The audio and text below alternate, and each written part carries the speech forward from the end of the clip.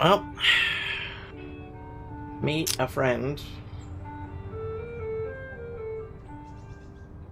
and buy paper, which would take some marks away.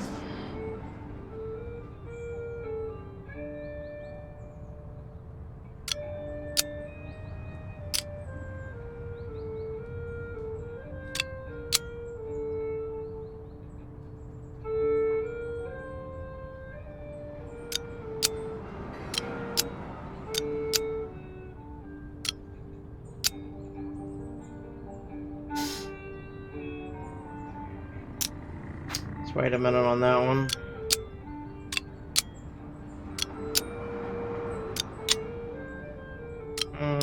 Interesting.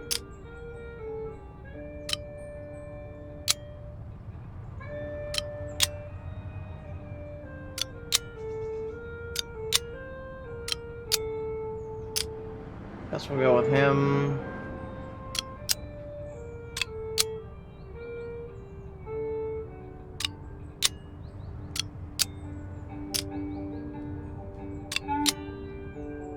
Congrats, Volker. Let us begin. You got 2 marks. Hmm? 1 sport. Hmm? Enforce, damn it.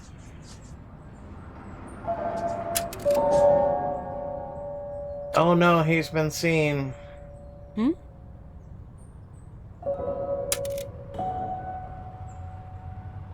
Hmm?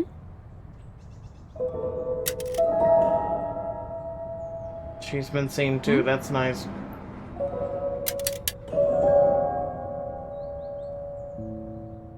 It is December 24th, 1944, and despite the fact that the world has been turned into a hellscape, it is still Christmas Eve. My neighbor Anne Manholt has asked me to join them for Christmas at their place.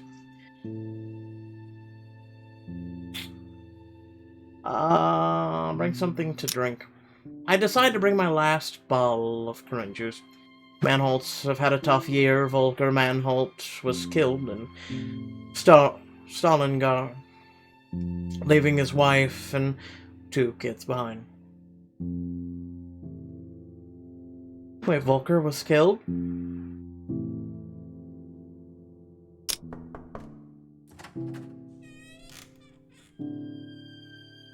A knock at the door, and Miss Manholt opens.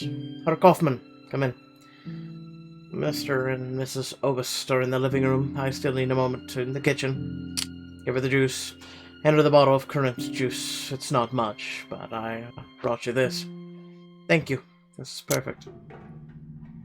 The Obusts, a friendly older couple who live on the first floor, are already there, while Elsbeth and the Manholt's daughter decorate the tree. Greet back. Merry Christmas to all of you, I say. The Christmas tree is a short, skinny thing that's more brown than green and looks like it will collapse any moment under the weight of the decorations and candles Elsbeth has hung. Let's hope there won't be any air raid sirens tonight, says Mr. Obos. You never know. Ladies and gentlemen, may I present you the roast meat a la Anne. She enters and puts a steaming dish on the table. Elsbeth stops decorating and takes a seat at the table. Applaud the food. This looks and smells delicious, thank you. Fake roast meat made from cabbage and porridge and thin slices of sausage. Those are the meaty bits, says Anne. I hope you will enjoy it. Enjoy it. While it's impossible to taste the meaty bits, the dish is far from a real roast, is the best dinner I've had in months. After dinner, Elsbeth sings Christmas carols before she opens her presents. I have one for Claus, says Elsbeth. Will you open it for him, Mama? I realize for the first time that Elsbeth's older brother isn't here. Where is your brother? Where is Claus, I ask. He is a hero now. He is fighting the Bolsheviks. says Elsbeth. Shut up, says her mother. Isn't he too young? How old is he, I ask? 16. That's the new recruitment age. He received a brief training and then immediately shipped off to Poland. I'm so sorry. Criminals, says Miss Olbist. Bloody criminals sending children to fight a lost war. Be quiet now, Walter. You don't know what you're saying. You'll get us arrested, says Mr. Obist. I'm on your side. You are not wrong, but your husband has a point. You should be careful what you say to people these days, I say. Oh, come on. We're all friends here, are we not? Says Miss Obist. Now on to dessert and drinks, says Miss Manhole, and returns from the kitchen with a cake. There's a knock at the door. Who are you? Are you expecting anyone? I ask. No. Elsbeth, can you open the door, please? 3 men enter the room. They are wearing war-marked uniforms and silver chains around their necks, signal that they are with the military police. Kuttenhundi, chain dogs, as they call them. Stay quiet. Heil Hitler! Are you Anne Manholt, mother of Klaus Manholt? Yes, that's me, says Miss Manholt. Is Klaus here? Do you know where he is? Asked the officer. His 2 companions walk through the room and poke around every corner. Keep out of the discussion. Klaus is at the fighting at the front, says Anne. No, he's not. That's where we are from. Or why we are here. Are there any more rooms? One of his companions steps to the table. Who are you people? Neighbors. Show me your papers. Where is your husband, Miss Manholt? He died. Stalingrad. Your passport. I try to hand the officer my passport, but he doesn't take it. Instead, he looks at me and says, Why are you not on the front? I'm on sick leave. I hand him my sick leave form, which one of our supporters keeps regularly updated for me. Just hand him the document. He takes the document. It does the trick with the normal police, but will it work with the military? I wait quietly for him to finish looking it over. Fine, he says, and gives me the form back. Now your passport. Your passport. Soldier checks my passport, hands it back to me. When he's done, he points at the candles of the Christmas tree and says, Blow out the candles. We just want to have some Christmas lighting. It's Christmas. We just want to light a few candles, I say. Christmas lighting is banned this year. Too great a danger of attacking enemy planes. Ah, that'll do it. Do you see the candle down there? Bomb it! But we close the curtain, says Elsbeth. It can't be seen from the outside. Shush, Elsbeth, says Miss Manhole. It's a waste of critical resources. Blow them out or we'll have to find you. Ask him to let us have the candles, please, officers, I say. It's just a few candles for the girl. It's fine, says Miss Manhole, who blows out the candles and takes them off the trees. The room is empty, says the officer who suits the other room. Keep watching. If your son contacts you, you must inform us immediately. Hiding or assisting a deserter will be punished severely. Heil Hitler! He salutes. Oh, and Merry Christmas. Comfort Anne. I'm sure Claus is safe. He's smart. He knows what he's doing. I say, Thank you, says Anne with tears in her eyes. They won't ruin our Christmas, says Anne. Let's have some cake. We don't dare to put the candles back on the tree, but we light one candle on the table and eat cake made from porridge and margarine.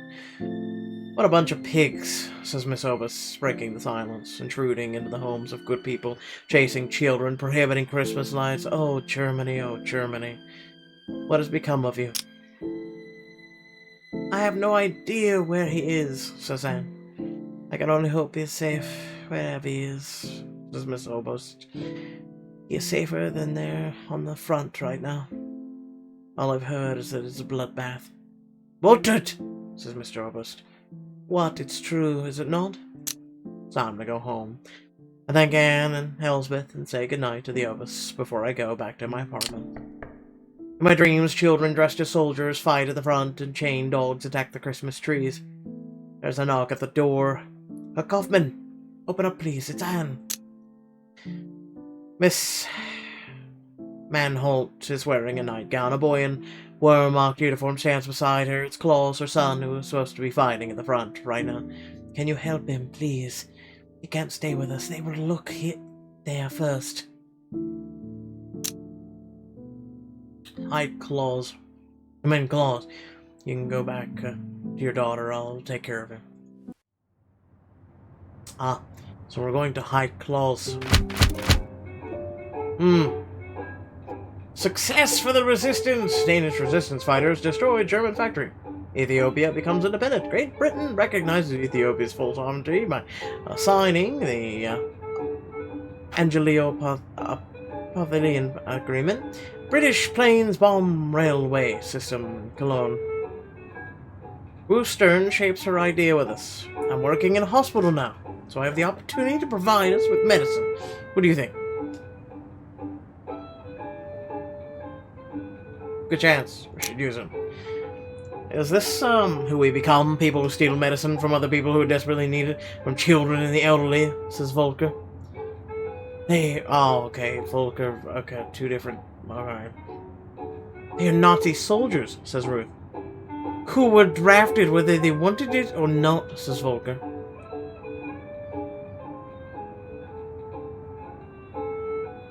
We need those drugs.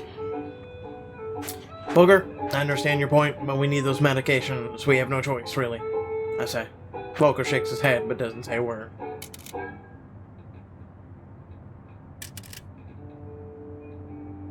Get pissed, Volker, I don't care.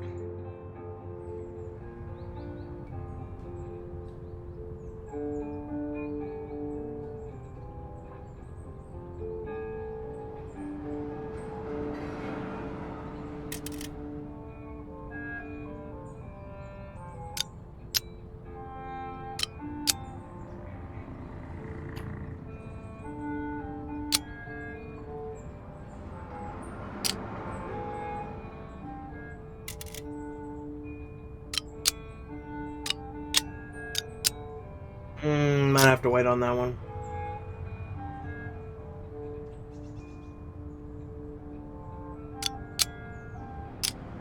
Hubert, go talk to your people.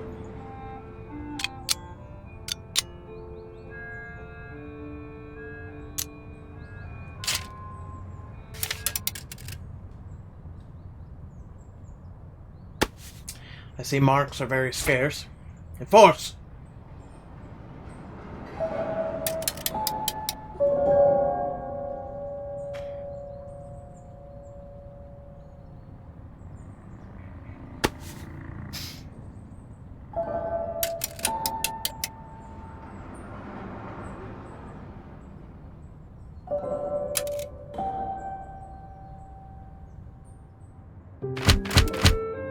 Everything is fine. Goebbels says Hitler's still in good health and spirit. His planes attack bridges and train lines near Bonn. More SS members. Waffen SS now has more than 1 million members. If the Soviets ever reach Berlin, I don't know if there will be anything left for them to invade, says Volker. We may just all kill each other first. What do you say, though? Outside us all fight. Certainly not the first one I've seen, but this one was between two mothers over food stamps. They just tore into each other as their kids watched. We must maintain humanity. How terrible.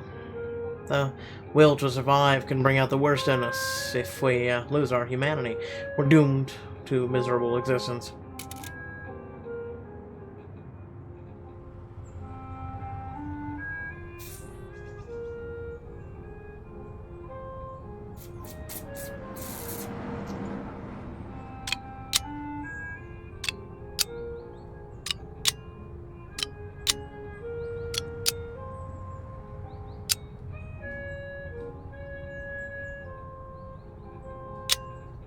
Aha!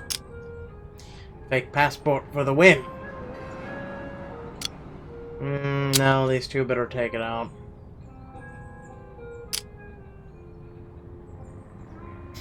What's this one? Ah. We need guns. Oh, that looks like a club. No, yeah, a gun. Where can I get myself a gun? I need my First Amendment rights. How much is this? 30 marks. Yeah, it's half our money. I hear a knock on the door. When I answer, I'm shocked to see my Aunt Emma and Uncle Kurt standing there with their suitcases. The last I heard, they were still in Braunsburg and Eastern Persia. What are you doing in Berlin? Oh, good. Thank God we found you, says Aunt Emma. We weren't sure you'd still be here with everything. Please, come in. I help Kurt and Emma with their things, and they sit down in the kitchen. Kurt leans forward. Kurt, I don't know if you're aware of what has happened on the Eastern Front, but Kurt sighs and hesitates. At the Soviets advance. The Red Army is marching on Eastern Prussia, says Kurt. We had to flee because the fighting reached us. How long until they reach Berlin? Kurt chuckles. No good. They'll never get that far. Why? We just heard on the radio that our unstoppable blitz will turn them back within a month. And you actually believe that? Uncle, I said, that is propaganda. We can't believe everything the government says. Aunt Emma interrupts, but instead we should believe the foreign Lugan praise and all their lies about the Allied victories. They just want to break our spirit. What we are living here is real. Oh, what a relief, I sarcastically throw my hands in the air. The bombings we've suffered through in Berlin never happened. They're just lies. I can't hold back my anger. The Nazis lie us into this war. We're dying by the thousands, so it's all or nothing. And you're still supporting this? Don't you dare say that, don't you dare. Kurt pounds the table with his fist. Hey, you know what? If you're coming into my house, get the fuck out, Kurt. Our beloved son didn't march east for nothing. No. Emma's eyes well with silent tears, but Kurt continues, we will crush the bloody communist. Our Fuhrer will bring us peace, you'll see. I can't go on like that. I will help my family, but I don't know how long I could go on with this.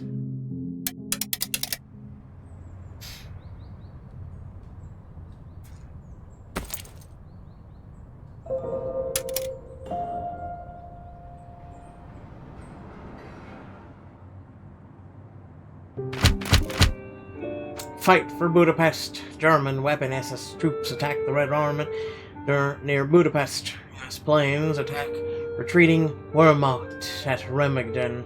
Free Poland! Communist Loving Committee becomes provisional government of Poland. I have a problem. Where did that word even come from? I have a problem, says Paul. My home was destroyed in the bombing last night. I have nowhere to sleep.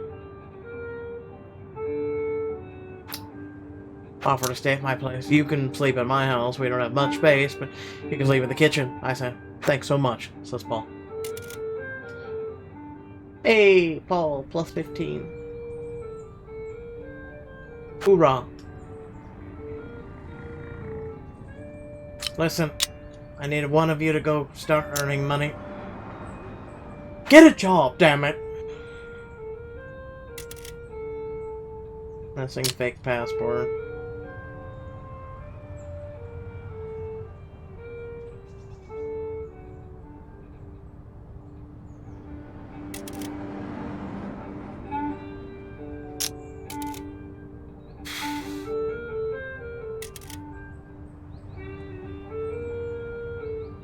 Gains intel, unlocks spread rumors among soldiers.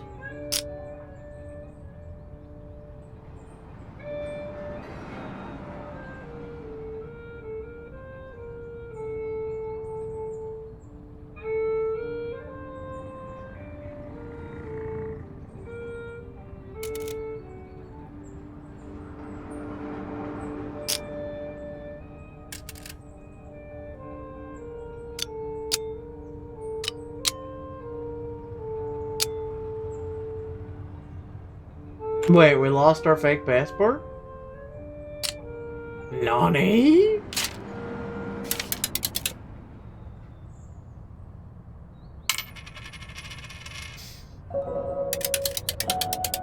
Good job, Hubert.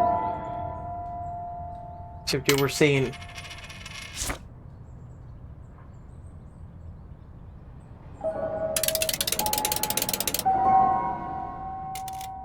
Of course, Gert thinks he was seen. Winter War! Soviet artillery units open the Red Army's winter offensive against the German Wehrmacht. British bombers attack Munich and drop over 2,100 tons of bombs. German rocket 6 hits close to Yorkshire. Hubert Ring keeps falling asleep during a meeting. Ask him if he's tired, and he responds, "It's hard to sleep with so many strangers in my home." Who do you mean? Oh, you know about the latest bombing? It was a bad one. They destroyed an entire neighborhood, thousands without a home, some of the friends, the relatives. I had to take some of them in. You're a generous soul. You won't be as generous next time. My uncle snores so loud they make the walls shake, he says with a smirk. Welcome, Thor.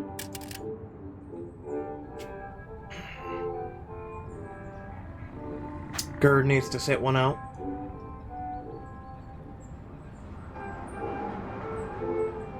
Redness is increasing.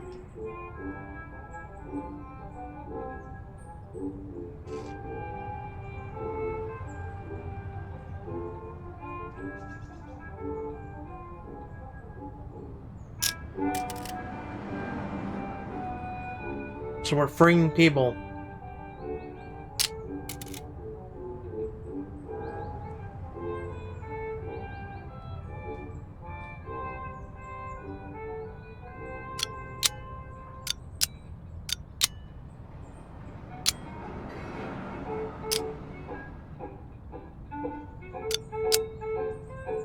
Didn't think so.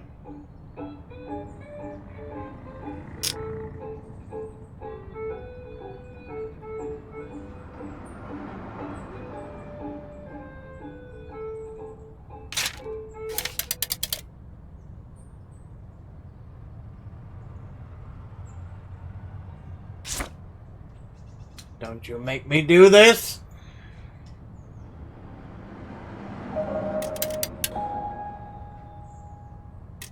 A soldier, yes.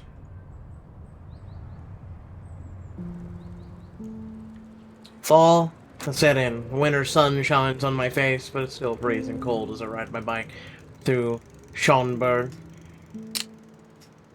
2 large loaves of bread are heavy in my backpack. Wasn't easy to find them, but now we have enough food for the week. The area around Bishner Platz metro station has been destroyed in the bombings. When I suddenly hear the sound of an air raid alarm, I think...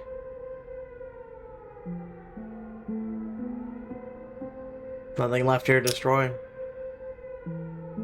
A skinny boy wearing the uniform of the air raid volunteer steps into my path and shouts, "Don't you hear the alarm? Come into the station now!" Follow the boy. I follow the boy down the stairs into the metro station. There are dozens of people there already. A train full of passengers waiting on the tracks, ready to leave. People come from behind and push me aside. More and more people push from behind. I decide to look for another spot. Goes to my left is a large pillar. It looks like I could sit there. A little further, next to the waiting train, is a bench that still has an empty seat. I walk towards the bench, but before I reach it, an elderly woman takes a seat. At the pillar, I put my backpack down and try to get comfortable. The stream of people coming from outside slowed down. Next to me stands a young man. His eyes are sunken and his face is ashen. He's shivering. "Are you alright?" He nods. I notice that he has with him. He's held hold of it instead of putting it on. It's because he's a Jew. I take a closer look at the coat. I see a flash of something yellow on his coat, a Jewish badge. This must be why he's trying to hide his coat. "I can see your badge. That's dangerous," I whisper. He covers a scrap of yellow badge with his hand. "It's also suspicious that you aren't wearing your coat," I say.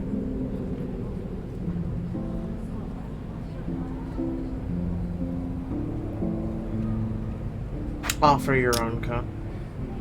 I give him my coat. He puts it on over his. "Thank you.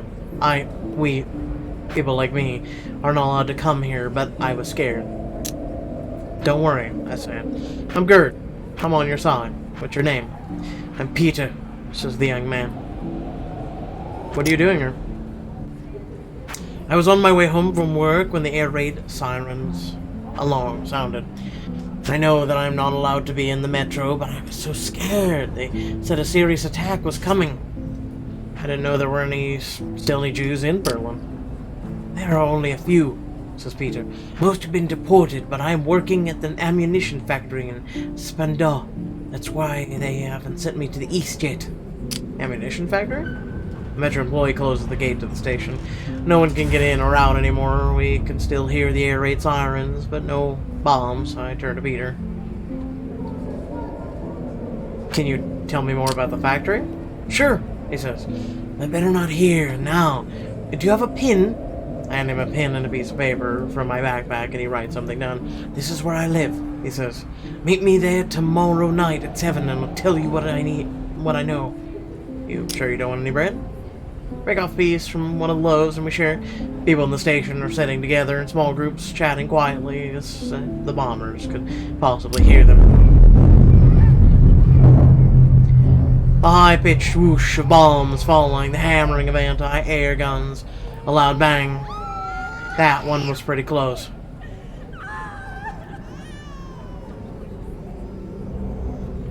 Take cover. The ceiling rips open, and for a moment I see the sunny blue sky. I'm flung through the air, a cloud of dust surrounds me, my eyes and lungs burn. Look for Peter. Peter's face appears, he's mouthing words. I can't hear anything. He points towards a bright spot in the dust and reaches for my hand. Peter pulls me up. The passengers in the waiting train are still patiently sitting in their seats, but they aren't moving anymore. He drags me towards the light.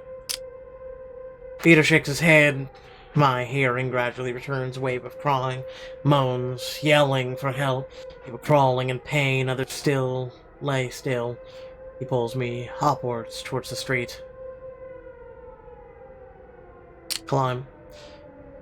We stand in front of the metro station. There is no station anymore.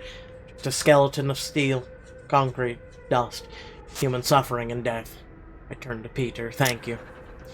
Thank you too, says Peter. An ambulance arrives. People start to carry the wounded out of the destroyed station. A grey truck stops at the corner, and men wearing the uniforms of the Waffen SS jump from the truck. Hide. Peter's seen them too. Thanks again, he says, and disappears around a corner. Thank you too, I say. War and death in our homes. Germany has brought the rage of the world upon itself. Can we still be saved? Will the world save us after everything that has happened in the name of Germany? Called collateral damage. Warsaw liberated. Last German resistance in the embattled Polish city. Warsaw is broken by Polish units. British and US troops meet in the Ardennes. Death marches. 98,000 prisoners of German concentration and extermination camps, Auschwitz, are evacuated before the arrival of Soviet troops. It's one thing to be lied to, says Ruth, during our meeting. It's another to be treated like an idiot. Who is treating you like an idiot? The Ministry of Public Enlightenment, of course. She's referring to Goebbels and the Nazi propaganda operation. It was always rubbish, and sometimes scary, but now it's just ridiculous. Did you hear, just a few days ago, to great fanfare, we were informed that over the radio, the Luftwaffe has trounced the Royal Air Force and killed Allied Air Command. But Berlin just was bombed again last night. Exactly, says Ruth. Maybe the British didn't get the message, says Hubert Ring. Maybe the ministry should send them a letter informing them of the ignominious defeat. Ruth laughs at the thought. Only it was that easy. I chuckle at the idea. I can't help but wish it. It was just so easy to stop the bombings.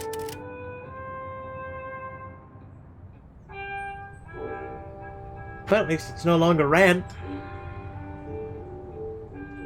I'm getting the gist of this game. Good luck getting this crap done up here. I'm serious. Just good luck. I think this is all about literally survival. Did you start over? No. I think the whole point of this, just survive. Literally the whole point.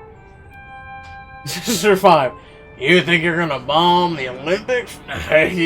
No, I don't think so. Okay, let's see.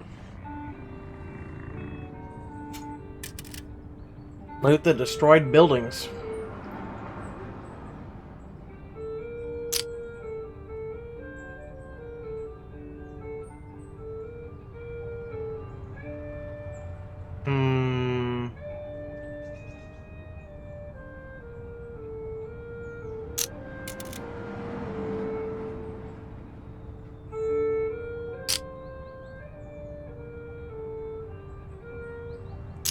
Probably would have to make a factory, wouldn't we? So then if we do factory, it would allow printlets or leaflets and that shit. Bulker! I guess it doesn't matter, okay. Let's first buy paper. Yeah, you're kind of high on the risk factor there, buddy.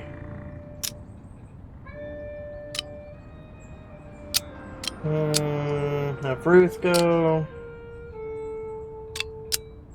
He's one of the people. There you go.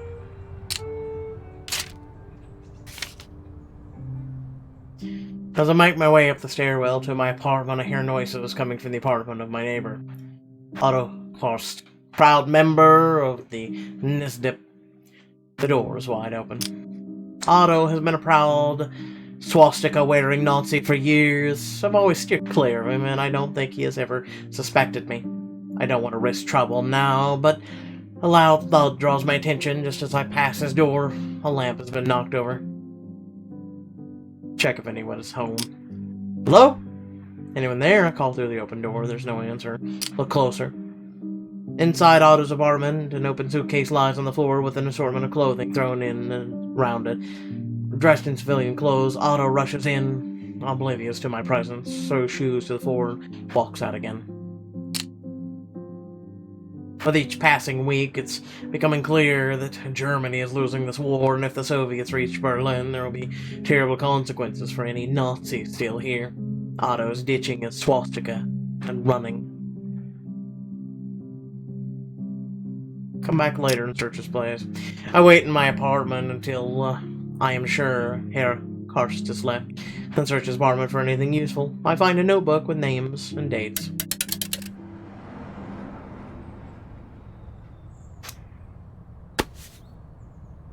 Is it though, Thorn? Is it really depressing? Paul thinks he's been seen.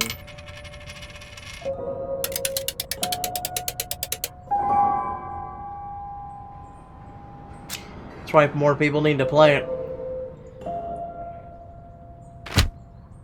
They can realize their trivial Twitter issues are really trivial. Eastern Front comes closer. Soviet troops conquer the city of Berezkus in West Prussia.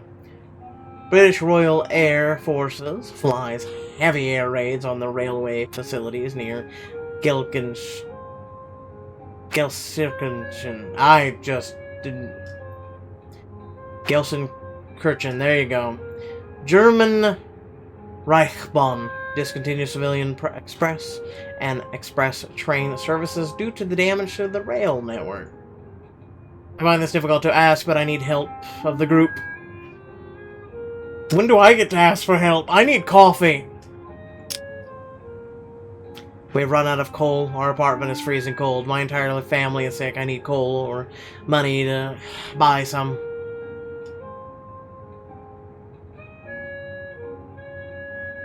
I'll give 2.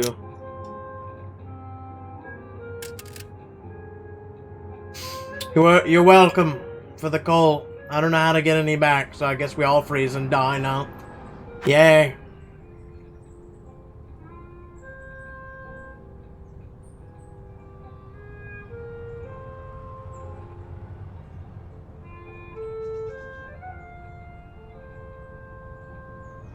Wait, didn't we set up a factory for leaflets and shit?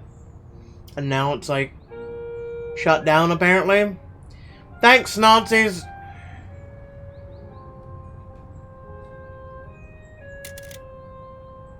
Missing stack of papers. We have paper!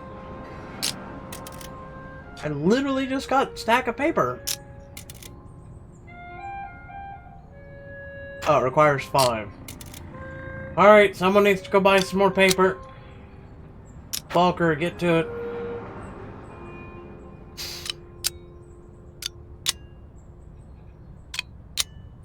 Oh, hold on, he leveled.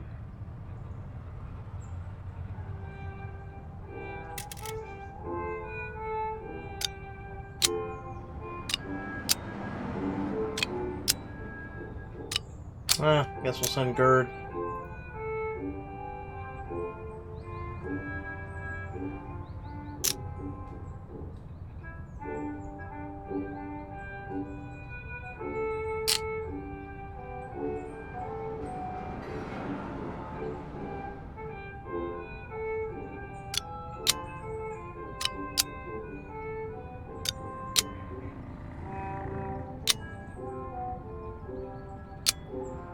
Yeah, I didn't think so. Didn't think so. Wow, that one's really tough. I think I'll wait on that one then.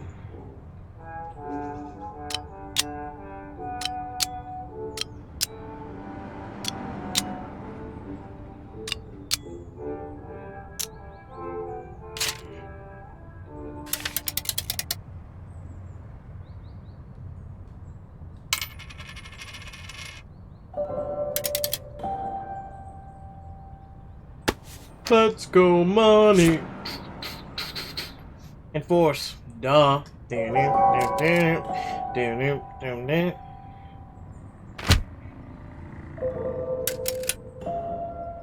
Only 3 this time, Volker. USSR and Finland signed trade agreement in Moscow. Adolf Hitler calls on the German people to resist the Allied forces. Promises the Ingschach through the use of new war critical weapons. Former Lord Mayor of Leipzig, Karl Friedrich Gudler, is executed in Berlin. This is an opportunity, says Paul.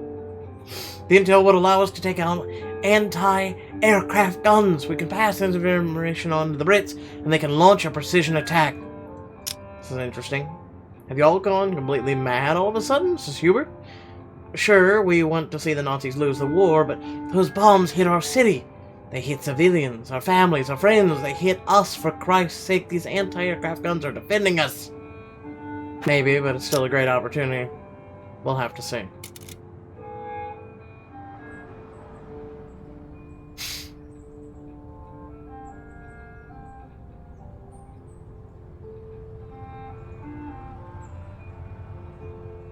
Wow, Hubert's with the 4. My brother from another mother got a 4. Come with me, Ruth. Dude has a 4. It's like the game is like, spend money. We need you now.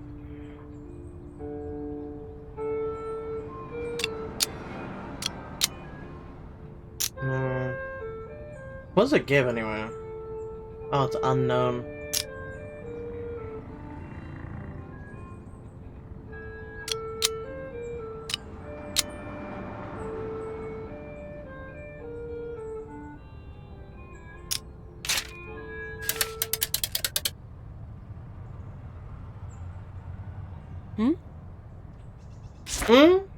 Enforce.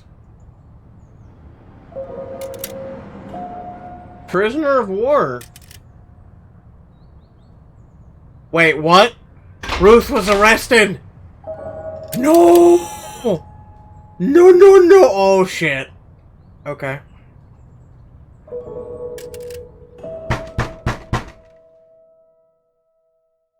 Nani? Oh, shit.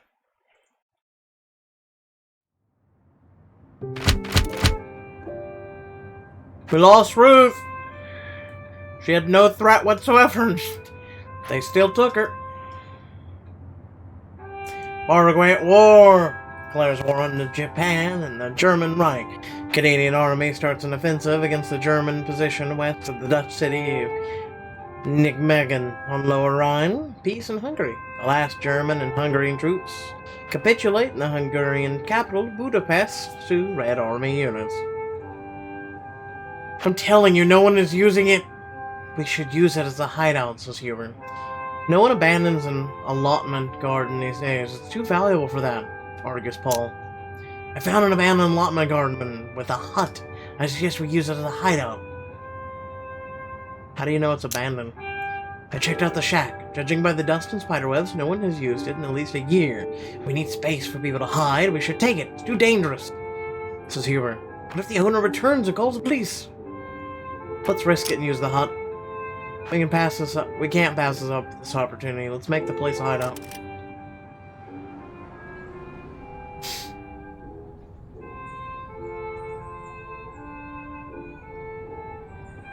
Wait, how do I break around? Aha! Alright, Hubert, we need you.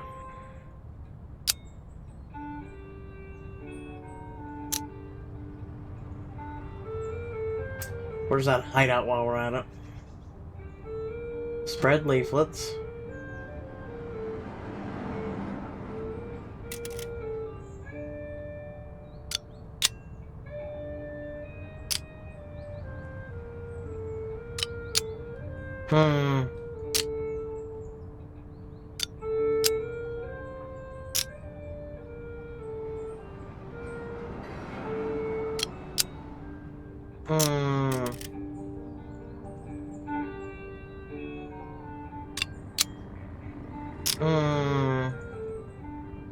By the way, I haven't used any contacts.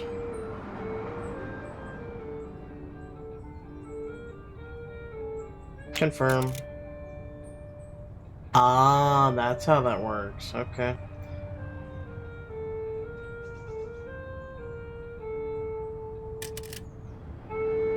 Gain 6 supporters. Okay. Gain 12 supporters.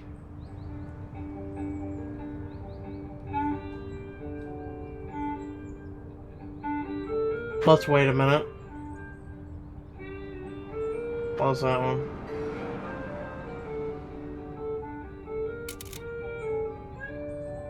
Ah, that one popped up.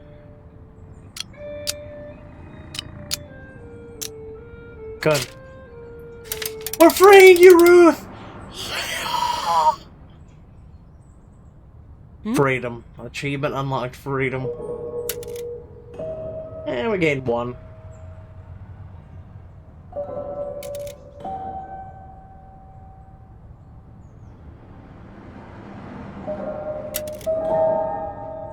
Hubert thinks he's been seen. Shh, it's okay, Hubert. It's okay.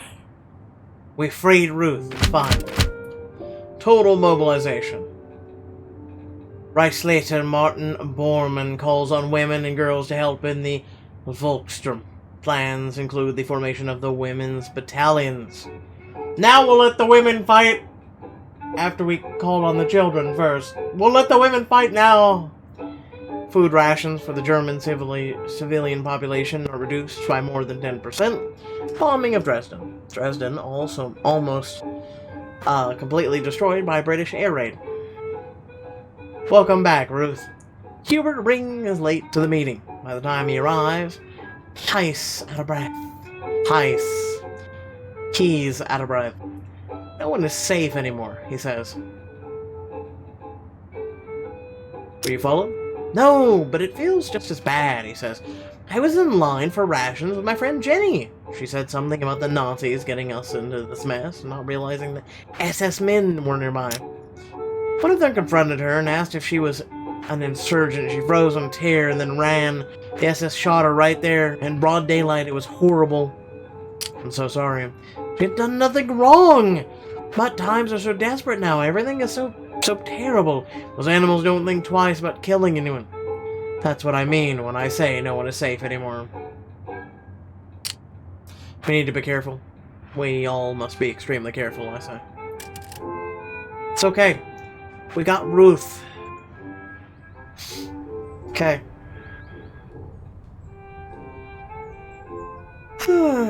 Spread leaflets, which will force a squad to give up, which will get a testimony against Ludwig. Interesting. I still don't see the option for get weapons.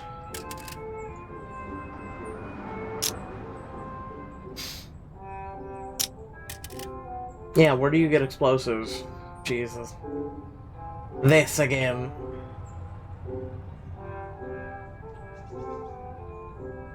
Ah, we need paint. Hey, Ruth! Nice red you got going there. Oh, God. She's never doing anything ever again, apparently.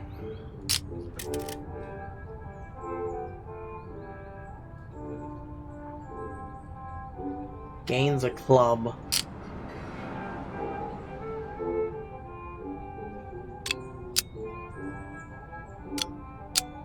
Paul, come with me. Ruth, go into hiding. You and Hubert, just go into hiding.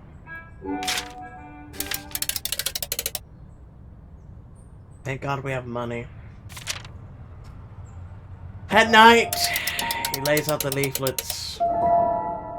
Hey, we gained supporters.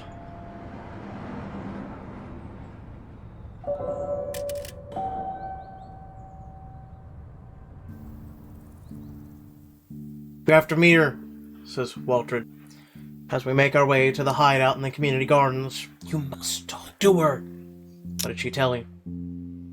Waltred shakes her head. No, you talk to her. You will understand. We enter the hideout. A young woman sits on a chair and looks at me with a serious face. Can you introduce us? Lily, this is Gert. You can trust him. He wants to know what happened to you. Lily nods. Okay. My name is Lily Boston. I was a prisoner in a death camp in Auschwitz. It is the worst camp of them all. Can you describe to me what happened, sir?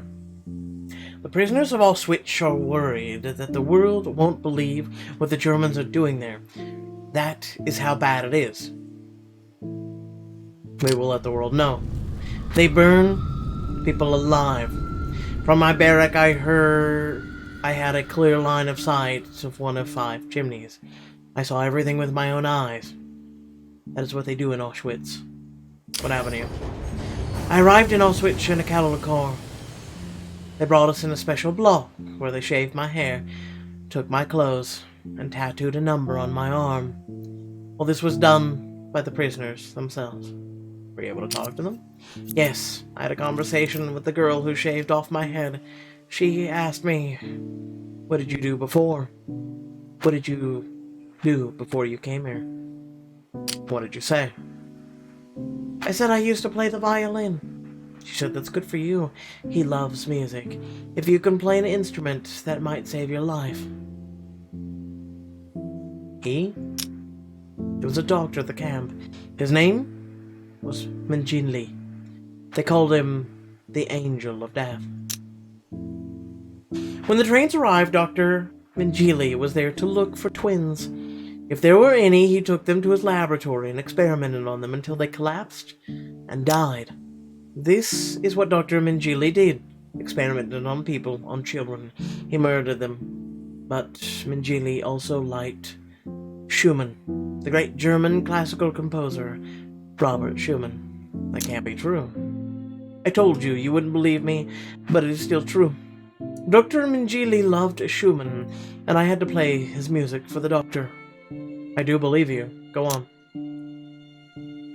Tell me, how is it possible that someone who is as educated as Dr. Mengele, who knows and admires magnificent music, that someone like him is experimenting on little children, murdering them? It's the ideology. Maybe, says Lily.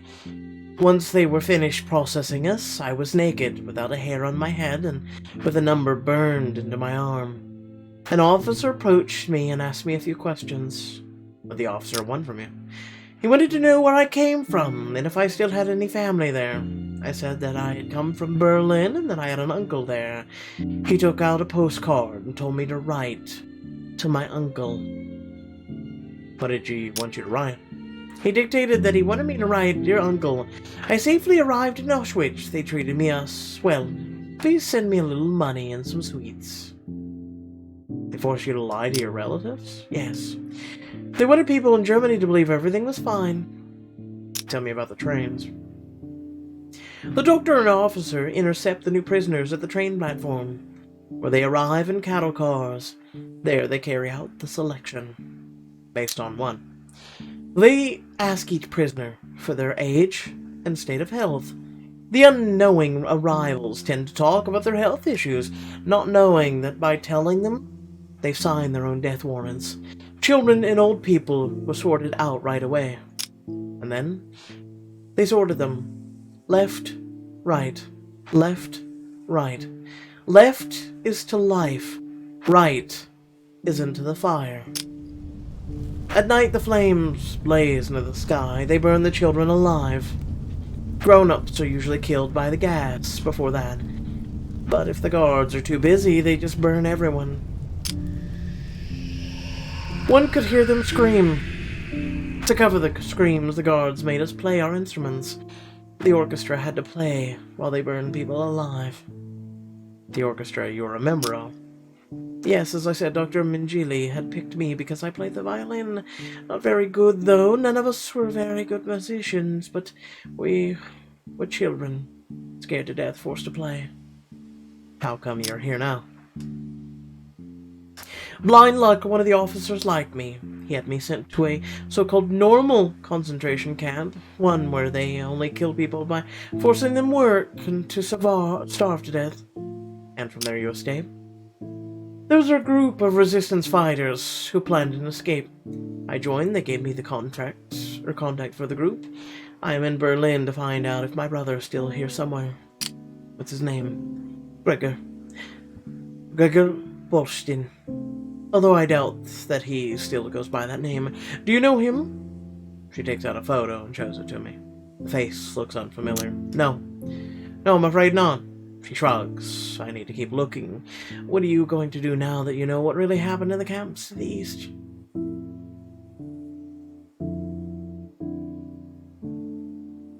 Spread the truth. She nods. That's good. I guess. Do you have any other questions? Just one, if I may. How can you continue to live after this? The Germans have destroyed almost everything, but music is indestructible. Music can't be destroyed. This is what gives me hope.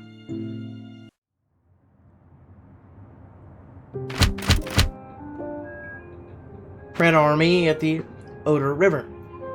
Poznan in West Prussia is conquered by the Soviet units. British troops cross the border and conquer the town of Goch at Lower Rhine. Work councils revive. The French provisional government orders an establishment of work councils in major factories. It's my daughter. I'm worried about her. She goes out every night and comes back with food and money, says Hubert. Have you asked her where she gets it from? When I asked about it, she makes excuses. I can tell that she's lying. I want to stop her. Then do it. Well, it's humiliating, really. The money she makes helps us survive. Sorry to hear that, but we can't help you. Yeah, dude, we can't give you money, man. I've already gave everybody all my coal. We now have no coal. We have no heat for this place. We're all gonna die. It's like, seriously. Excuse me while I go beat the shit out of some children. Oh, this'll be fun. Hey, Ruth. Do you lift at all? Oh, God, she does. Well, won't this be fun?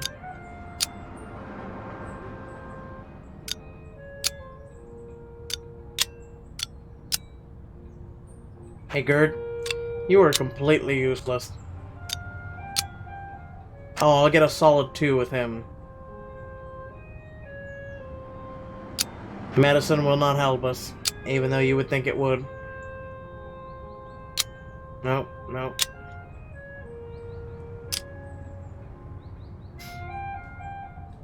We're gonna literally go beat some children. It's great.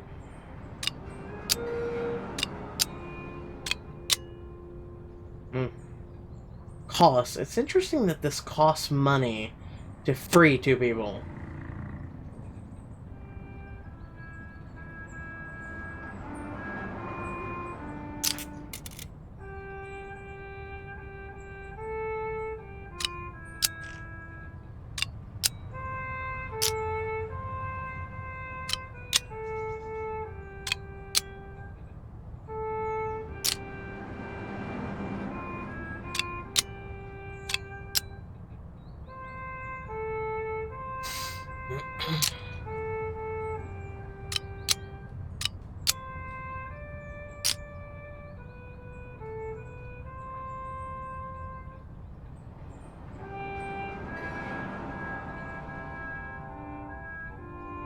Gain a testimony.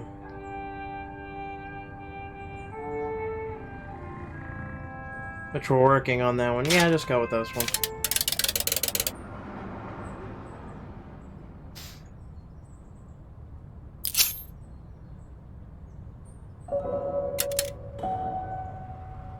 I'm glad we beat some children. Oh, shut up. Tier Conquer. So here, off mostly, one of Germany's oldest cities is occupied by the units of the 3rd U.S. Army under the command of General George Smith Patton. Reich Führer SS Heinrich Himmler sets up special courts to execute war-weary soldiers and civilians. Money transfer stopped.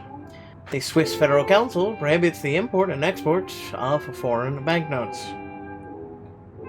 At our meeting, Hubert, sitting there very still with tears flowing down his cheeks. God, Hubert, what now?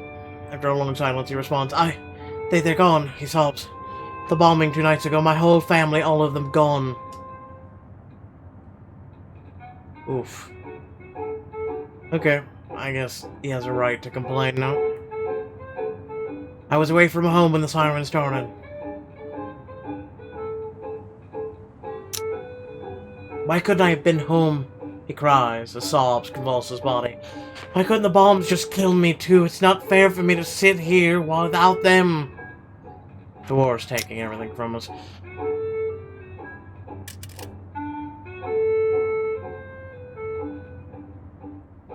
Sorry, dude.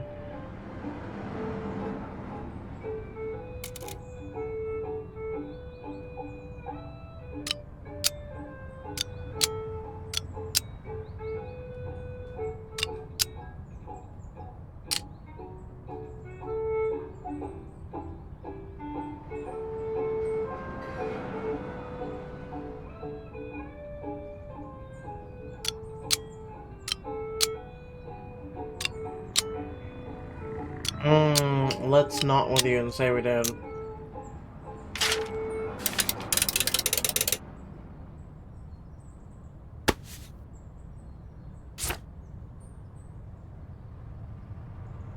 I'll beat your ass. Let's go. Let's go, fam!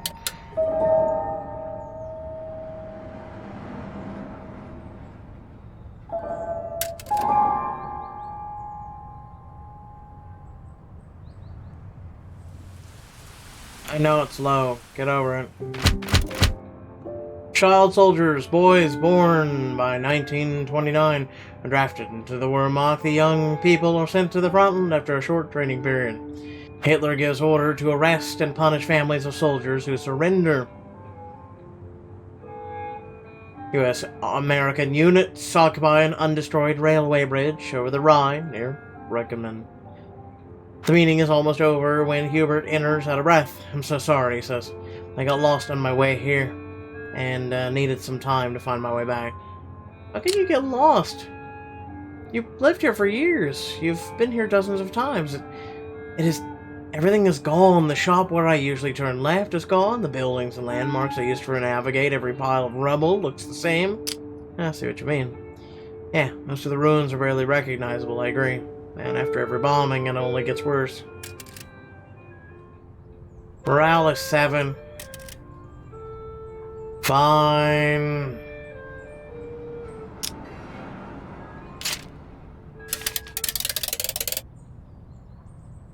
We'll take a day to go have a party. It's great to meet the entire group outside of the usual contact. People brought their loved ones, and we chat about all the things except ones which are darkening our daily lives so much. But not today. You know, says Paul, I think we should do these kinds of events more often. They're good for us. Reminds us of the reasons we fight. You're right. I agree. Having more of these would be good for us, I say. Let's do it. But for now, let's enjoy the moment, says Paul. And on that day, we did. Yay for us. We got to party while everyone's around us dying. And what? Bombers attack Berlin. U.S. bombers fly an attack on high command of Wehrmacht leadership close to Berlin. USSR transfers territorial sovereignty to Poland over the German territories occupied by Soviet troops east of the Oder and Nizi rivers. Kamikaze attacks. Japanese armed forces attack U.S. ships with kamikaze commands off the Japanese islands of Kyushu and Hondo. Blech, says Hubert, and takes a sip from his coffee. This is disgusting. Oh yes, says Volker. They have managed to make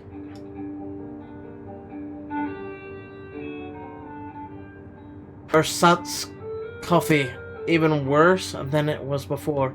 I miss real coffee and meat. I'd give anything for a good piece of beef, says Hubert. Me too.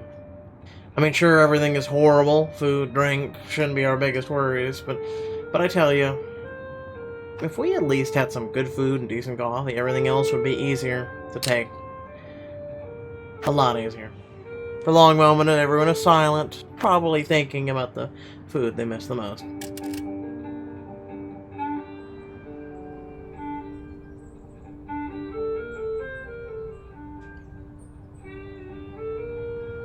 Now we need to make books.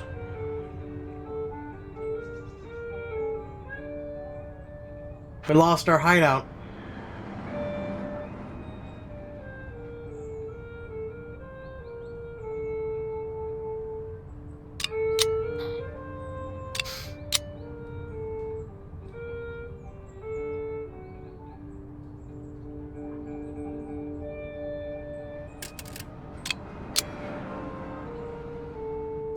Okay, I have an idea. Hold on.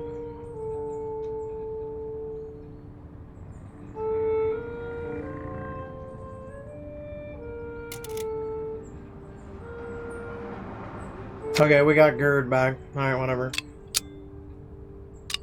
Paul. Volker. Outfit.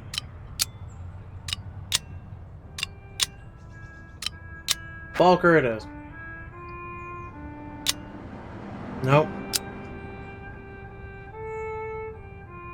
Listen, I got a testimony here, y'all.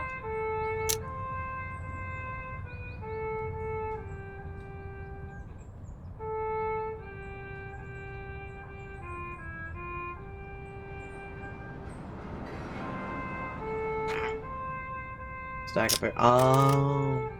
Alright, one of you needs to get me some paper. There you go.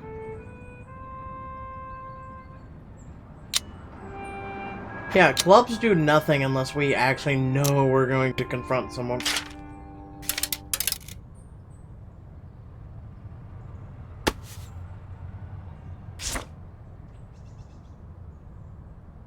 What is this? What is the helmet?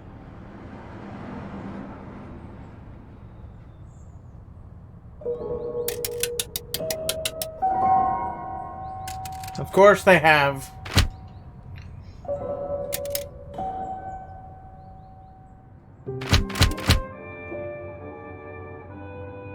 U.S.-American bombers fly the heavy air raid on Hamburg. Hitler orders all industrial and supply facilities in the Reich to be destroyed as enemy forces approach.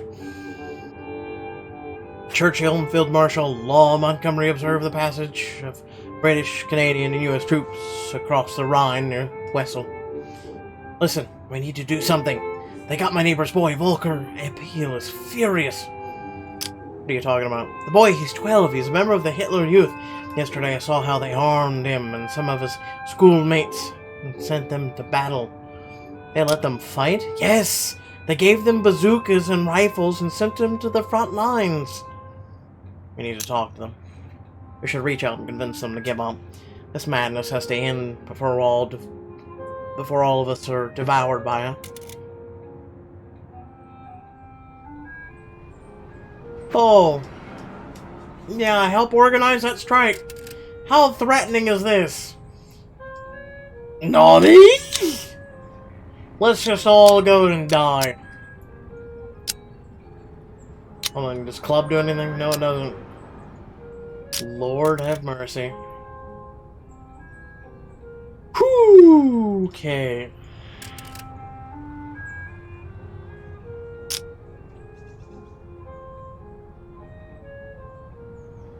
Cost 80. Cost is 30.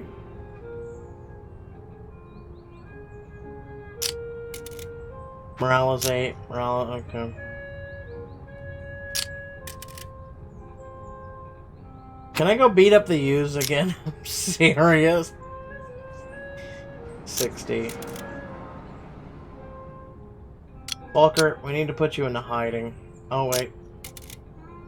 Yeah, make the records disappear. Oh, that is so hurtful.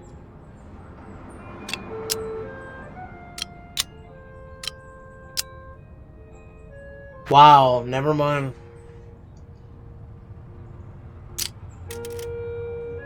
Can you not talk to the US Army? No, no.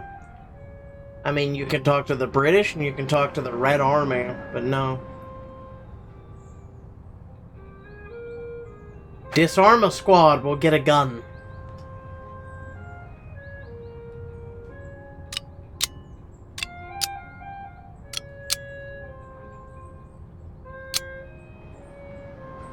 Risk it for the biscuit.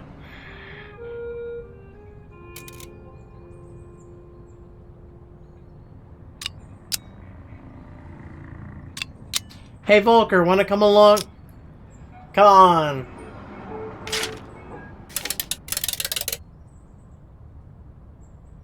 Hmm?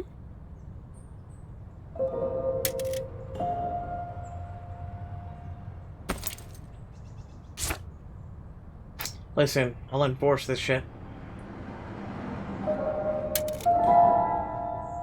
Of course I've been seen. Oh boy, here we go. The boys try to look serious as they walk down the village lane, not aware of how ridiculous they look in oversized uniforms, their adolescent faces hidden from under those big helmets. What is this? May I present Hitler's last line of defense, says Bruno, a trusted supporter who handles our rural activities. What are they doing? There! Bruno points to the bridge that leads over the Panky River. They're supposed to keep the Russians from crossing that bridge. These children. Told you this is what they're come to. Setting up children's breathing tank traps in the villages around Berlin. They stand a chance? What do you think? Boys, barely trained, barely any weapons. Scared and hungry against a full-fledged rolling army? It'd be a bloodbath if we let it happen. How can we stop it? That's weird. We talk to the boys, but I doubt they'll listen to us. Well, let's try it anyway. Oh, great. One pulls out a gun. That's fantastic. We should still give it a try, I say. The boys are fortifying the bridge with sandbags and barbed wires. I count 4 working on the bridge and 3 more working left and right. When we approach, the leader points his weapon at us and shouts, "Hold! No passage! This is restricted area now." What are your orders? We are setting up a line of defense to keep the enemy from crossing the bridge and entering the... But now...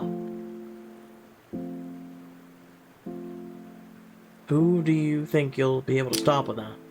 The Russians will pass as long as we're here, replies a small boy from behind. You can't win this. As long as there's a single German alive, the war is not lost. He who defends our square meter of Germany defends the entire Reich. Forget it, says Bruno. They've been completely indoctrinated. We must stop them. Frederick Wolves lives in the house up there on the hill. He's the village teacher. I know him. He's a good man. Let's see if we can get him to talk to the boys. He will listen to him and give up. Bruno leads me to the farmhouse up on the hill. Frederick Wolf lives there. He is a village teacher. The boys will trust him. He can help us. A man with white hair and a wrinkled face opens the door. Hello, Frederick, says Bruno. I am glad you are home. Did you know that your pupils are playing Stalingrad down on the bridge? Ferdinand Volkstrom, says Frederick. What am I supposed to do? Help us disarm them. They know you, I say. If you tell them to stop, they'll listen. I doubt it will work, says Frederick. But we must stop them no matter what. Thank you. We get to the bridge where the boys are almost finished fortifying their positions. Their leader is instructing them on what to do and where to station themselves. He stops when he sees us. What? What do you want from us? We want to save your lives. We have orders. We're no traitors. We will defend this bridge against the enemy.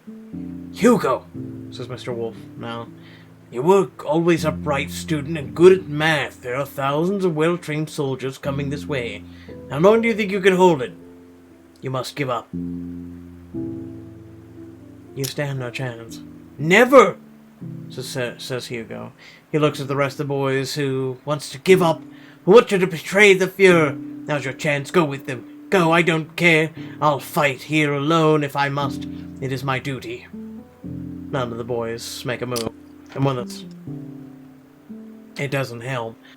They all stay where they are. Psst, says Frederick Wolf, and points to a spot left of the bridge.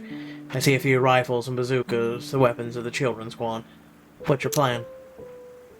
At 3, we all run for the weapons and throw them in the river, says Frederick. I start counting. 1, 2, 3. We run towards the weapons, and before the boys understand what's happening, each of us have grabbed as many as we can and throw them into the river, where they immediately disappear into the murky water. A gunshot. Turn around. No! Yells Hugo. He's holding a pistol and pointing at his former teacher. Tears in his eyes. I will shoot you, you traitor! Put down your weapon, Hugo. Hugo, I am your teacher. Put down the gun. You should be relieved that it's over now. Hugo lowers his gun. You should be relieved it's over. Reluctantly, they get their things and leave.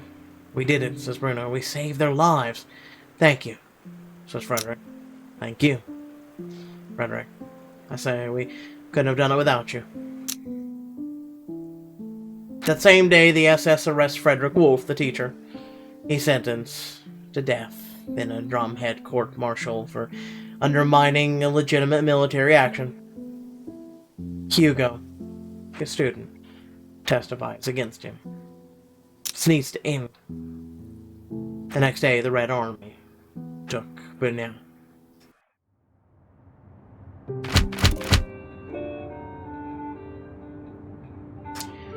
Allies meet at the Elbe River. Eisenhower informs Stalin that the U.S. and British armies will expect the Soviet troops at the Elbe River. Soviet troops have reached the Austrian border and advanced to Burgenland, Frankfurt am Main, West Baden, and Mannheim, occupied by the U.S. Army. I'm so tired of it, says Hubert. What is it? What is frustrating you? I ask. I feel bad even complaining about it, but I used to be an academic. I did research.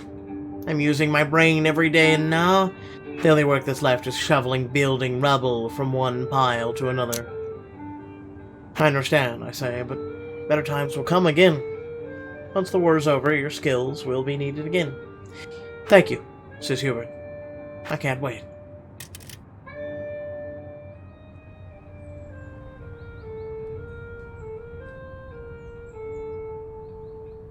Well,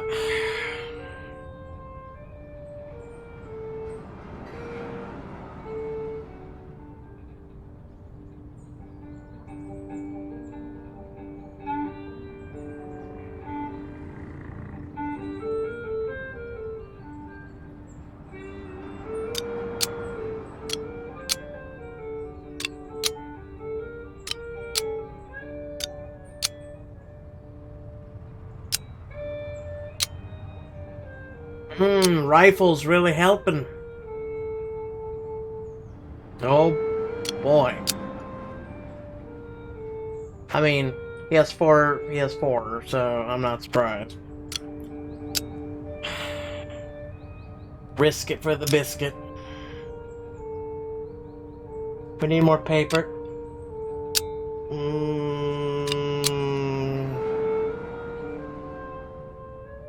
Oh wait, Volker. Oof, Volker. No. Sit this one out, dog. Actually, how much money do we have? 113 marks.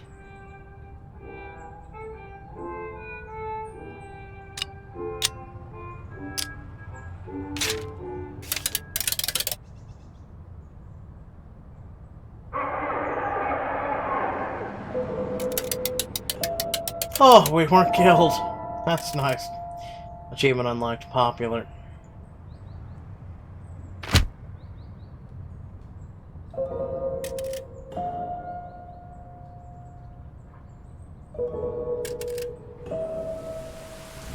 For the group. Yeah, shut up. I'm doing the best I can. Hungary lost. Last German troops retreat from a Hungarian territory to Lower Austria. Himmler orders to shoot all people in whose house the white flag was hoisted. 6 German submarines are sunk in the British air raid on Port Hamburg. Ruth, because they needed to point her around, is crying when I enter the room. The others try to comfort her. What happened? My sister, says Ruth. She was standing in line for bread when the air raid siren started. Is she okay? She died, hit by the debris. She refused to give up her space in line. I'm so sorry, Ruth. It's not your fault, but when will this damn war be ever over? God damn it, you fucking Nazis! We don't have enough money.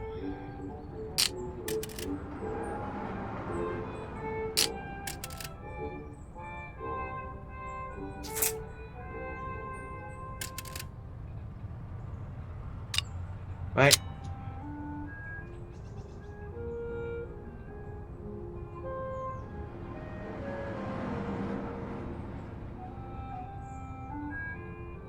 Secret. You know what, why not?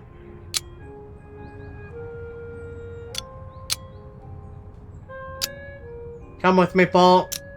I need you. Do I even ask? No. Wow. Almost there. We need to print books, right?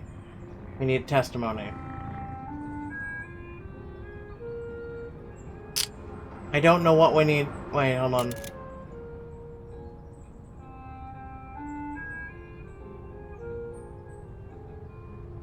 Wait. We can do it? Wait. Can we?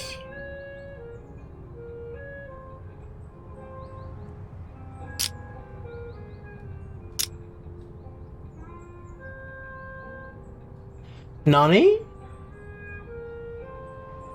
I mean, I can't blow this up, which would have been nice, but... Wait, I have testimony. Oh, required... Ah, that's what it is. Okay. Come with me, Paul.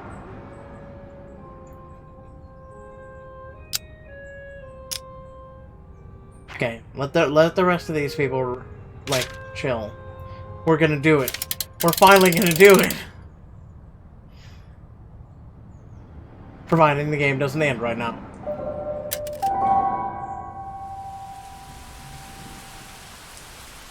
Yeah, shut up.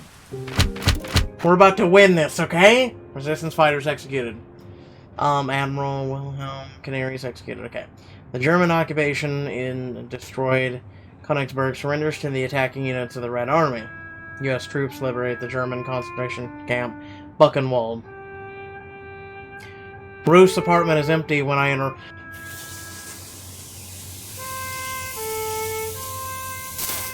you, Ruth!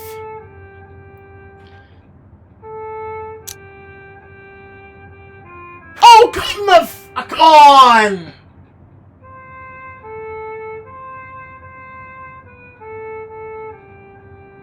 This game!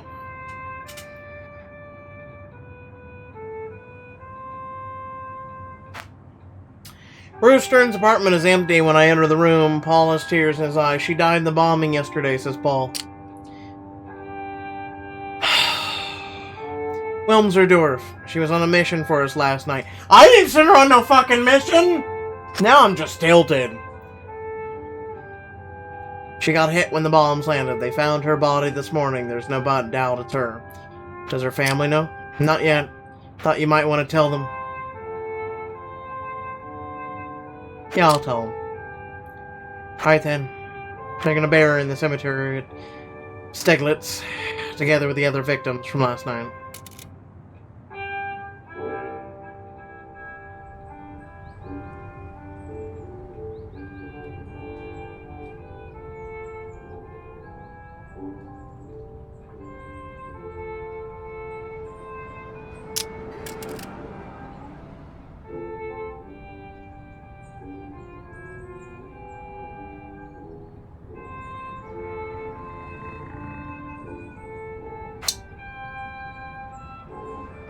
Didn't I just do a leaflet mission?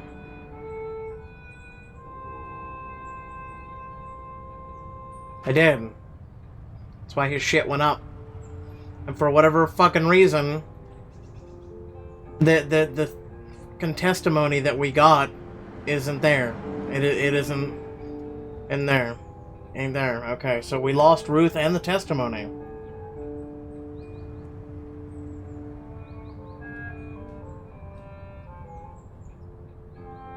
Okay, I have to make books.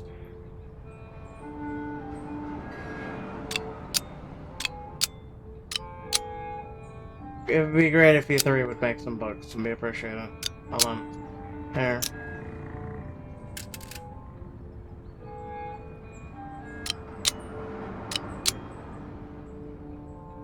Screw it at this point. I don't give a shit. I'm mad.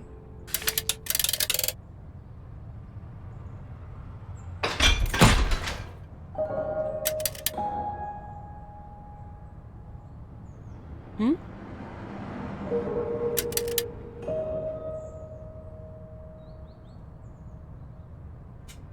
Getting real goddamn sick of this game.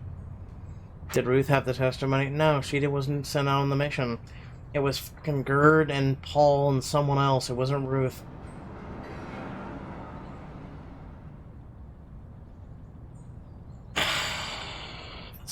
This game hates women. Think about this. Think about this. The first woman, we invited the group, right? Okay. She loses the baby, so she's like, I'm leaving. Bye. Second woman we get. She dies. This game is sexist.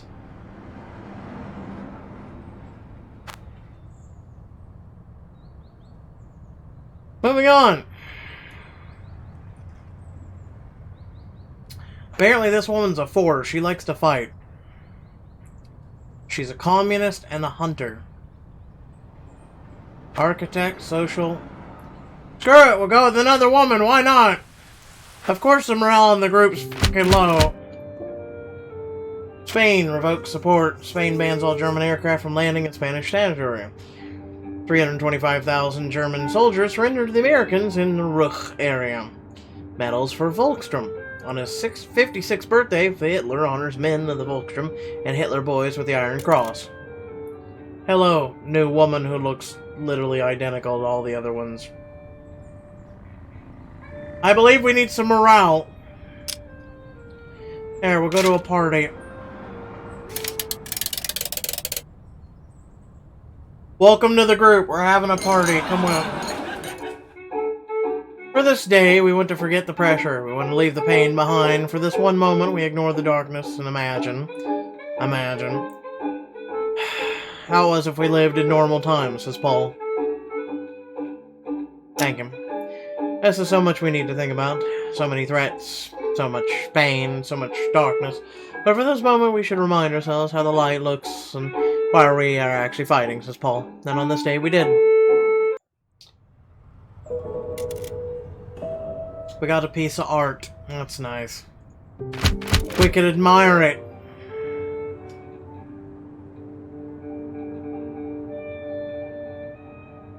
Allies meet in Germany. U.S. and Soviet troops meet for the first time in the Torgu on Der Elbe. Adolf Hitler commits suicide in the bunker under the Reich Chancellery in Berlin. Delegates from 50 states meet the founding assembly of the United Nations in San Francisco. So you prefer the Nazis staying in power, shouts Erna Kettman as I enter. Listen, woman, you just joined this fucking group. Shut the fuck up. Game's almost over. Will you stop with these insinuations, says Paul. You know very well this isn't true. Calm down, please. I am just worried, that's all, says Paul. What I've heard about the Red Army is quite upsetting. What have you heard? Political assassinations, terror, rape, senseless violence, says Paul. Lies, nothing but Nazi propaganda. How can you be with us and spread this dreck? Says Erna.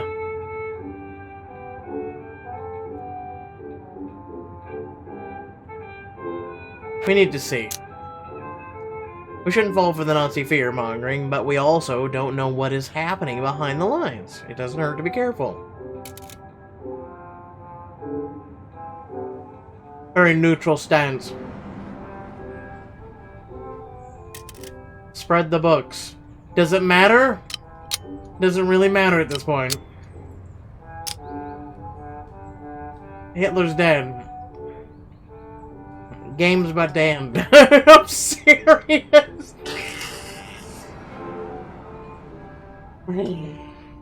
At least I'm assuming.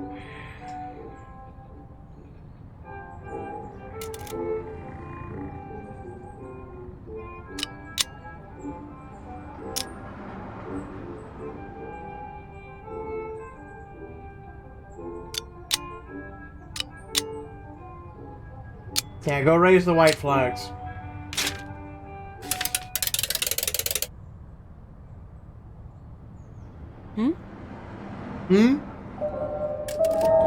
Oh, she's been seen. They might report it back to the Fuhrer. Oh wait, he's dead. Cough.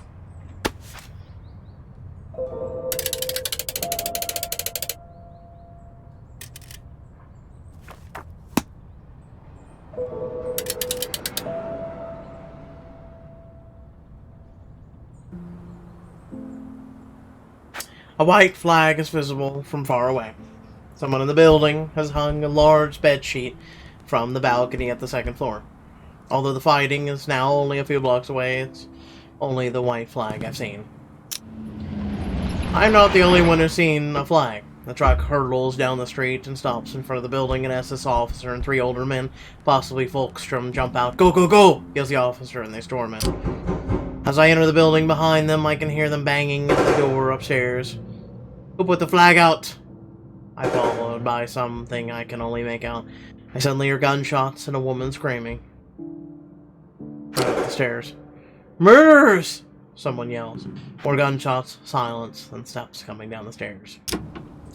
I leave the building before the squad notices me. The white flag is gone. The gunfire is closer now. All I can hear is a deep growling of an incoming tank. The men run out of the building and jump into the truck and drive away. I go back in, and on the upper floor I find an open apartment door. A man lies on the ground in a pool of blood. Further inside lies a woman. She's also dead. A young boy, maybe 10, crouches in the corner, weeping. This morning, Grandpa saw some of our soldiers coming down the street. He asked them how it looked, and they told him that we had lost. That the Russians would be here at any moment.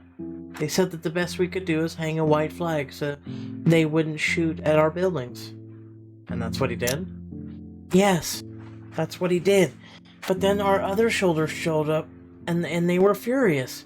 He was screaming at Grandpa, calling him a coward, said that we must take down the flag.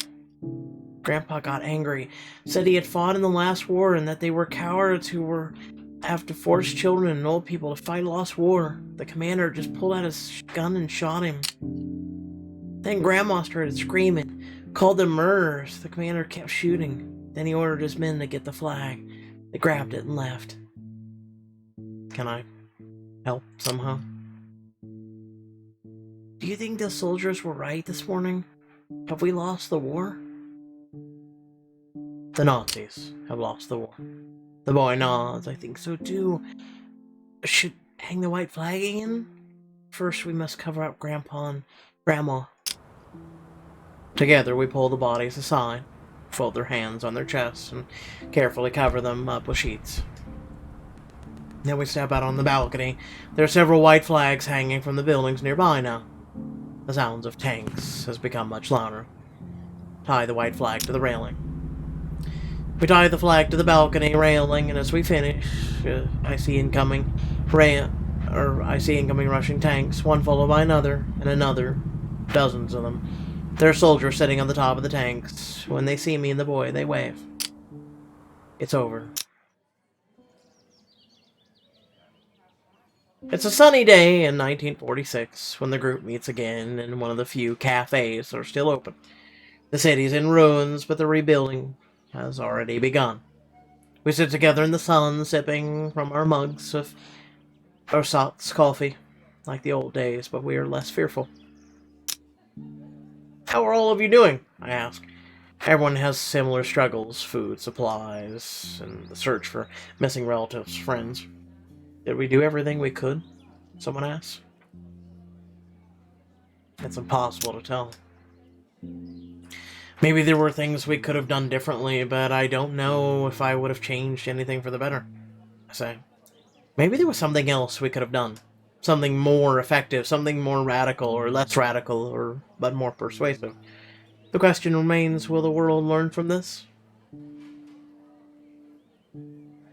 No.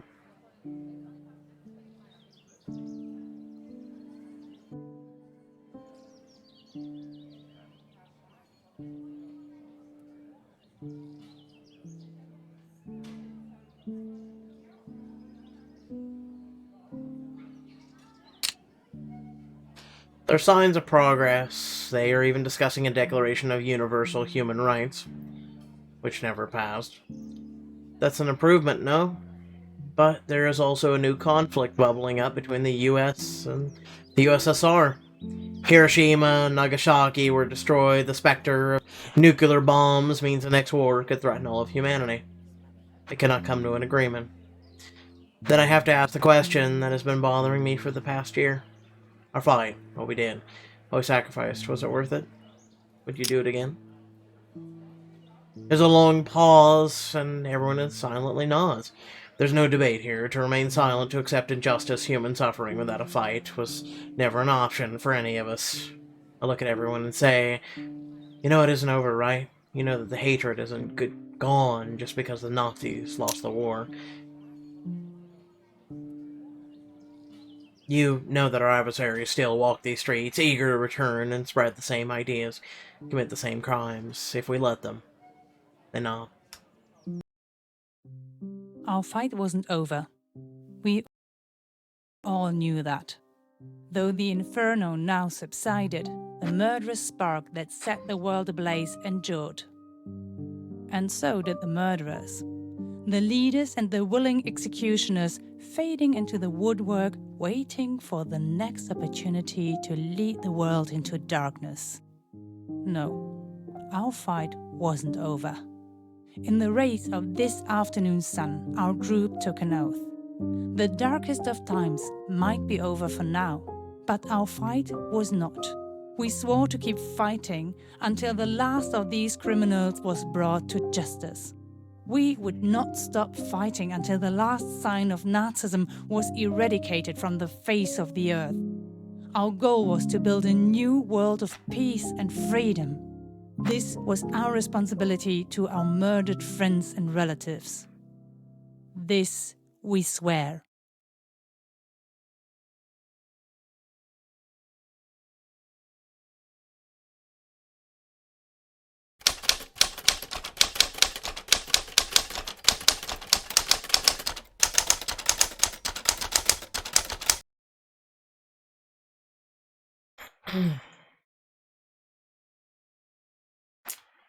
The Kaufman Schultheiss Group A was active from 1st of February 1933 to 30 April 1945.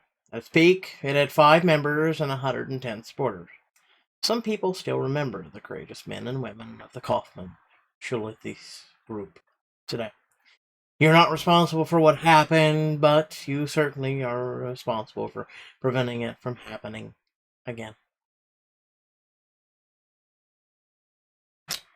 Max Meinheimer, author, painter, and Holocaust survivor.